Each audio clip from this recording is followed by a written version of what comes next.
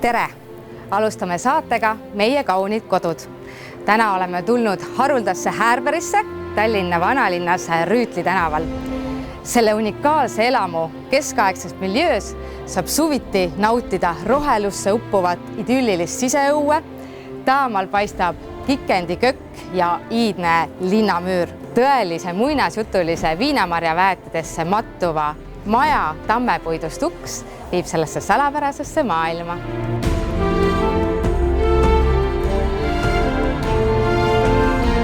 Tõepoolest eriline maja maksab 2,5 miljonit eurot ning nagu te peagi isegi näete, on ka seda raha väärt. Eramaja asub ühtpidi nii kesklinnas kui üldse võimalik ja samas on see sedavõrd privaatne, et annab üles leida. Täna aitab mul selle koduga tutvust teha lauljanna Helen Adamson. Lasime Helen Adamsonil natukene siin majas ringi vaadata ja kujutada ette, et ta elab siin majas. Lähme vaatame, kas me leiame ta üles ka.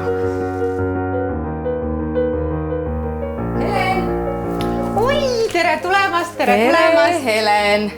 Ma loodan, et te püksite jalad puhtaks. No ikka jalad tegime puhtaks, ei taha ju ära määrida siin. No kuidas nüüd tunne on, sa oled natukene saanud siin majas ringi vaadata? See tunne on päris hea, peaks ütlema, et mida rohkem ma siin olen, seda rohkem ma hakkan ära harjuma, et võiks nagu iga päev siin olla. Kas sa oled leidnud endale siin majas ka mõned sellised eriti lemmikud kohad, kus sa kujutaksid ette, et see võiks olla nüüd ka päriselt sinu kodus kindlasti olemas? Jaa, absoluutselt. Kas sa tahad, ma näitan sulle? Ma tahaks väga neid kohti näha. Helen tunnistab, et ei ole varem sedavõrd erilise ja haruldase asukohaga elamisse sattunud. No seda kohta kindlasti oli raske leida, sest ma ei teadnud, et selline koht siga olemas on. Ma ei teadnud, kuhu ma tulema pean, sest see räägib nagu kõnekalt selle eest, et tegemist on väga privaatse kohaga.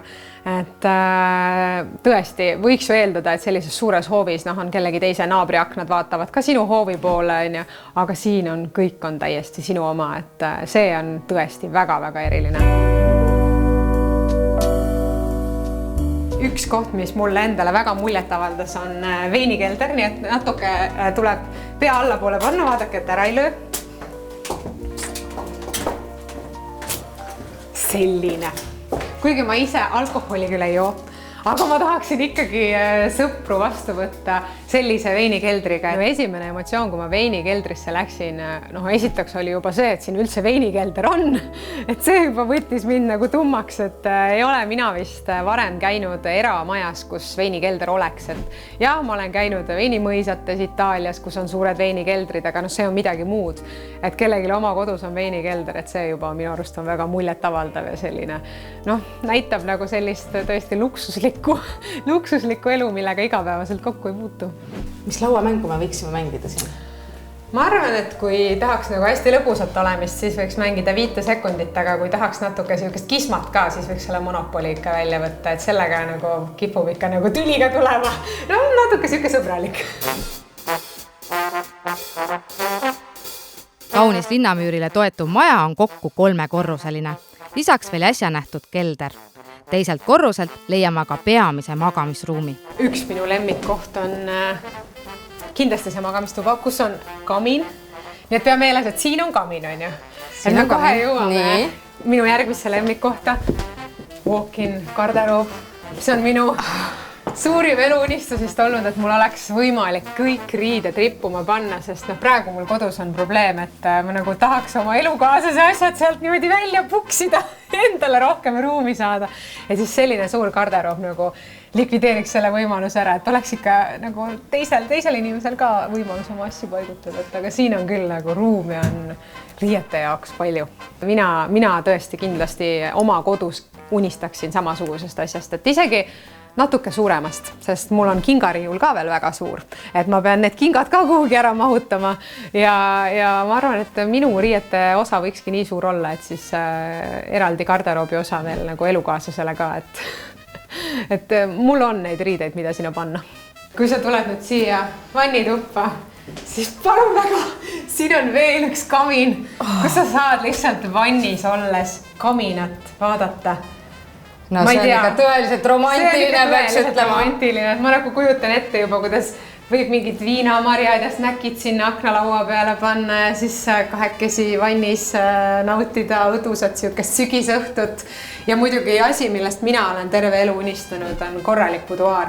Et siin on selline valgus, et siin saab päriselt ka meiki teha, et jah. Ma arvan, et kui sellises kohas juba elada, siis võiks olla juuksur ja meikar, kes seda teeb, aga võib ise ka, et võiksid oma meigi asjakesed siin ja siis võtad, paned puudrit ja. Et kui ma endale buduaari kunagi saan, siis ma võin küll ennast väga õnnelikuks inimeseks pidada, et kõik oma meigi asjad sinna paigutada, et praegu on nagu kodus ühes, teises, kolmandas sahtlis, siis otsid ja tuuseldad neid, alati on ruumipuudus, et see on minu probleem, et mul on ilmselt võib-olla liiga palju asju või siis on ikkagi liiga vähe ruumi, et selline suur elamu, kus tõesti sa saad asju paigutada nagu erinevatesse panipaikadesse ja ei pea nagu kuidagi need üksteise otsa sahtlitesse toppima, et see oleks ideaalne.